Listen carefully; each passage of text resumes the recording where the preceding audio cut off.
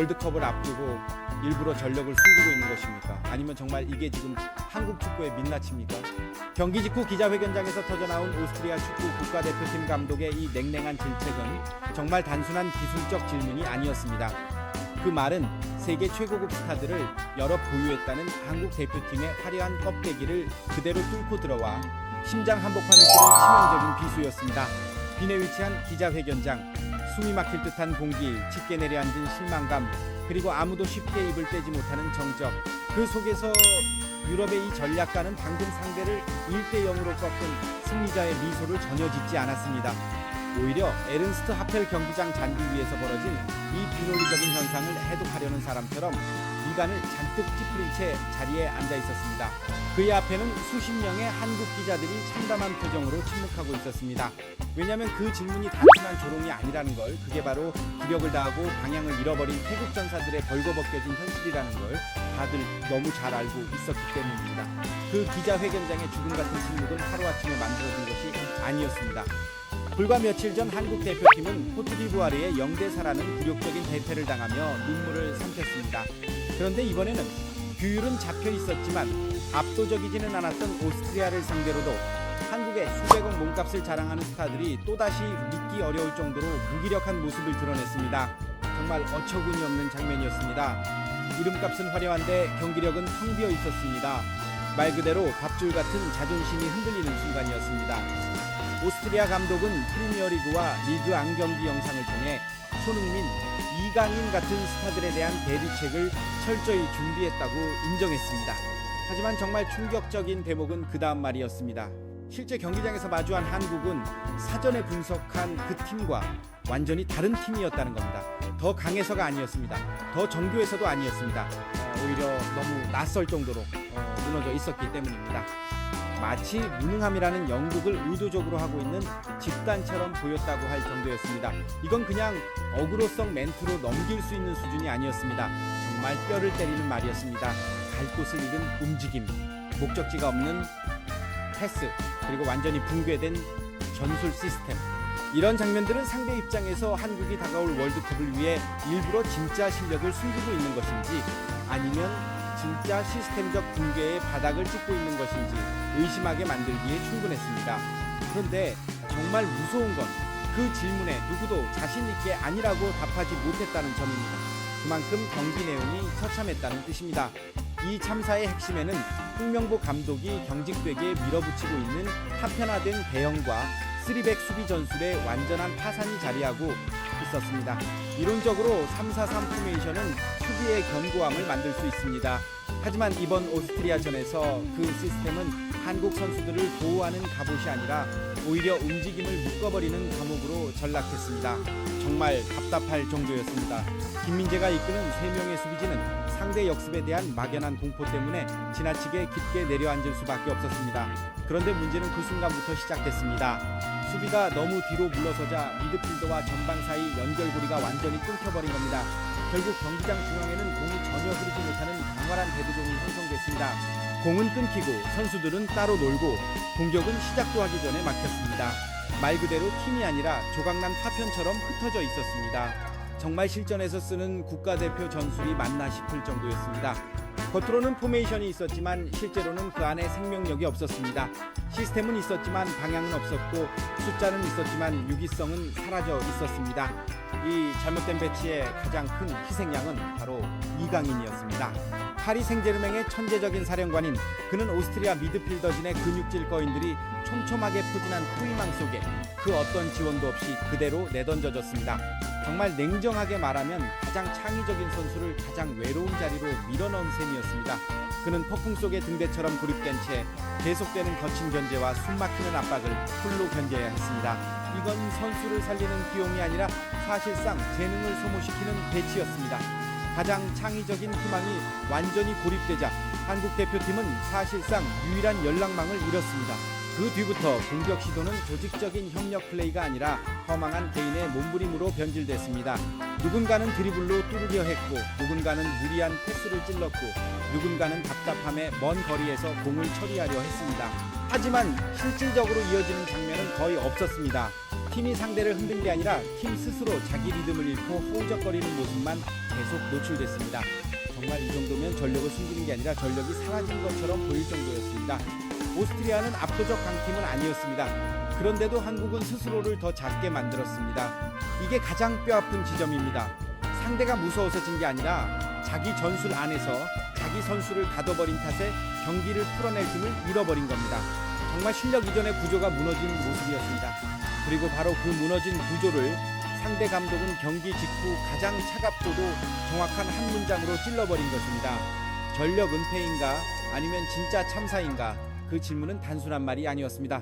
한국 축구 전체를 향한 공개적인 해부 선언이었습니다. 이 모든 혼란 속에서 한국 코칭 스태프의 무능함은 하프타임 이후에 실종이라는 고질병을 통해 더 적나라하게 드러났습니다. 그 메시지 5, you said, chapter 2. 메시지 6, ChatGPT said.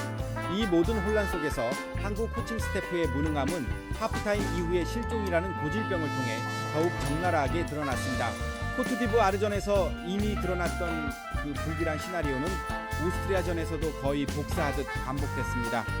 선수들은 정신적으로 정리되지 않은 채 후반전에 들어섰고 그라운드 위에서 무엇을 어떻게 바꿔야 하는지조차 명확히 잡지 못한 상태로 다시 뛰기 시작했습니다. 정말 답답한 건 이쯤 되면 우연도 아니고 실수도 아니라는 점입니다. 같은 문제가 계속 반복된다는 건 시스템 자체가 이미 비어있다는 뜻이기 때문입니다.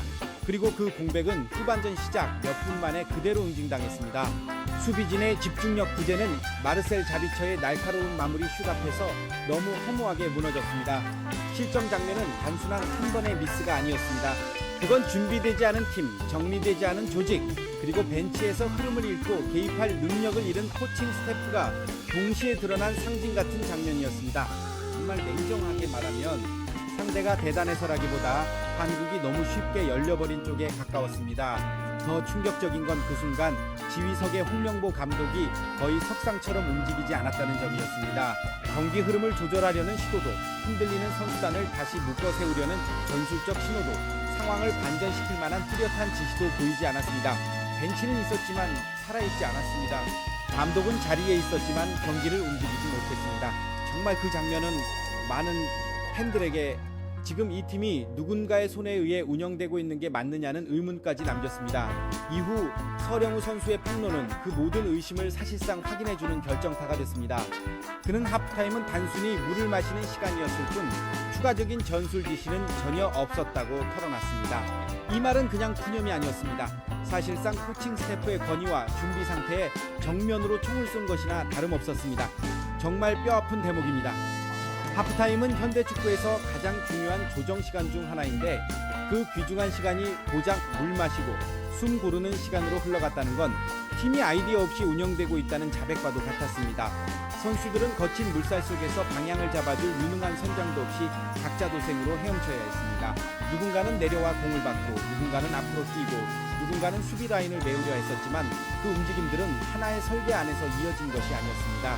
정말 솔직히 말하면 팀플레이가 아니라 생존 본능에 가까웠습니다. 각자 뭔가 해보려고는 하는데 그걸 하나로 묶어줄 큰 틀이 없었습니다.